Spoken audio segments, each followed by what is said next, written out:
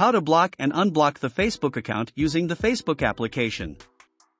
For those of you who are having problems with someone and don't want to be disturbed anymore, you can try blocking their Facebook account. The method is very easy and simple, so watch this video until it's finished.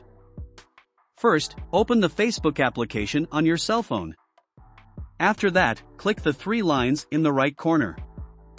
Then scroll down and enter the Settings menu. Before I continue the tutorial, for those of you who are watching videos on this channel for the first time, don't forget to subscribe so we can become friends. After that, scroll down to enter the account blocking menu. Next, click on the Add to Blocked list. You can type the name of the account you want to block and click the block button at the right of the username. For example, here I will block an account with the name Burhanuddin. Congratulations, you have successfully blocked someone else's account.